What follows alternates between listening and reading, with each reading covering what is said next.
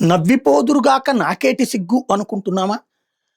జగన్ చెప్పాడు కాబట్టి పీపీపీకి తేడా వచ్చేసింది, ఆగిపోతుంది. పీపీపీ అద్భుత విద్య, మంచి విద్య. ఎవరిని మోసం చేస్తున్నాం మనం? ప్రభుత్వపు డబ్బులు పెట్టి, ప్రభుత్వపు స్థలం, ప్రభుత్వం కొన్న స్థలం, ప్రభుత్వం కట్టించిన బిల్డింగు, ప్రభుత్వపు డబ్బులతో ఎవడో ప్రైవేటోడు నడపడం ఏంటి? ప్రైవేటోడికి ఆ సీట్లు పోవడం ఏంటి? ప్రజల్ని దోచుకు తినడం ఏంటి?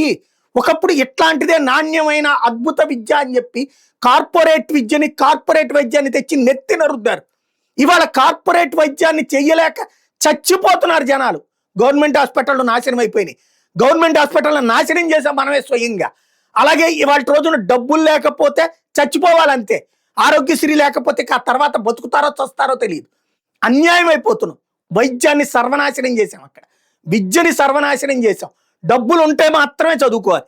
ఇదివరకు డబ్బులతో సంబంధం లేకుండా ప్రతి ఒక్కడు స్కూల్కి వెళ్ళేవాడు, కాలేజీకి వెళ్ళేవాడు, చదువుకునే ఓపికన్నోడల్లా చదువుకునేవాడు. అట్లాంటిది డబ్బులు లేకపోతే ఇవాళ ఇంటి దగ్గర ఉన్నటువంటి కాన్వెంట్లో అయినా చదివించాల్సిందే. గవర్నమెంట్ స్కూల్ అంటే మనకి నచ్చనటువంటి పరిస్థితి. కార్పొరేట్ విద్య అయితే మాత్రమే మా పిల్లలు బాగుంటుంది అన్నటువంటి స్టేజ్కి తీసుకెళ్ళి ఆ కార్పొరేట్ విద్యకు సంబంధించినటువంటి డబ్బుల కోసం రాత్రి పగలు రోగాల పాలే చస్తున్నారు జనాలు. కష్టపడి చస్తున్నారు, తీసుకెళ్ళి వాళ్ళ మొహాన పోస్తున్నారు. తీరా చూస్తే ఆ తర్వాతనే ఉన్న లక్షల కోట్ల ఉద్యోగాలు వస్తున్నాయా? 10% మందికి వచ్చే ఉద్యోగాలు చూపెట్టి 90% మందిని ఏడిపించుకుంటున్నారు. ఇవాళ పీపీపీ మెడికల్ అనేటటువంటిది పేదవాడు చదువుకోవడానికి అవకాశం లేని మెడిసిన్ ఏంటి?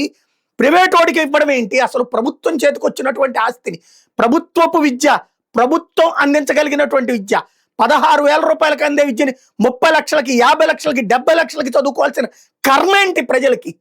16,000 నుంచి 18,000లో చదువుకోవాల్సినటువంటి ఏడాదికి 30 లక్షలు, 50 లక్షలు, 60 లక్షలు, 70 లక్షలు ఎందుకు ఖర్చు పెట్టాలి ప్రజలు? ఎవడబ్బా సొమ్మని చెప్పి తీసుకెళ్ళి ఆ ప్రైవేట్ వాడికి ఇస్తున్నారు. ఎందుకోసం ఈ దారుణం అయినటువంటిది? ఇదివరకు జగన్ చేసిన తప్పేమన్నారు? సెల్ఫ్ ఫైనాన్స్ అంటే ఒక 50% సీట్లని. అది తప్పు, మేము అన్ని కన్వీనర్ కోటా కిందకి తీసుకొస్తామని శాంతం తీసుకెళ్ళి మొత్తం ప్రైవేట్ వాడి చేతిలో పెట్టేసేసి అదేమంటే నిబంధనల ప్రకారం జరుగుతుంది నాణ్యమైనటువంటి విద్య. ఏం మామూలుగా గవర్నమెంట్ వాటిలో నాణ్యమైన విద్య ఉండదా? తీసిపడేయండి, అయితే మొత్తం మూసిపడేయండి. అసలు గవర్నమెంట్ ఎందుకు? ఇంకా గవర్నమెంటే నాణ్యమైంది కానీ ఇప్పుడు ఎందుకే గవర్నమెంట్? ప్రైవేట్ వాడైతేనే నాణ్యమైనప్పుడు అసలు ప్రభుత్వం ఎందుకు? ఇంకా అది కూడా కార్పొరేట్ వాళ్ళకి ఇచ్చి పడేయండి ప్రభుత్వాన్ని కూడా. ఎందుకు ఈ కర్మ రాష్ట్ర ప్రజలకి?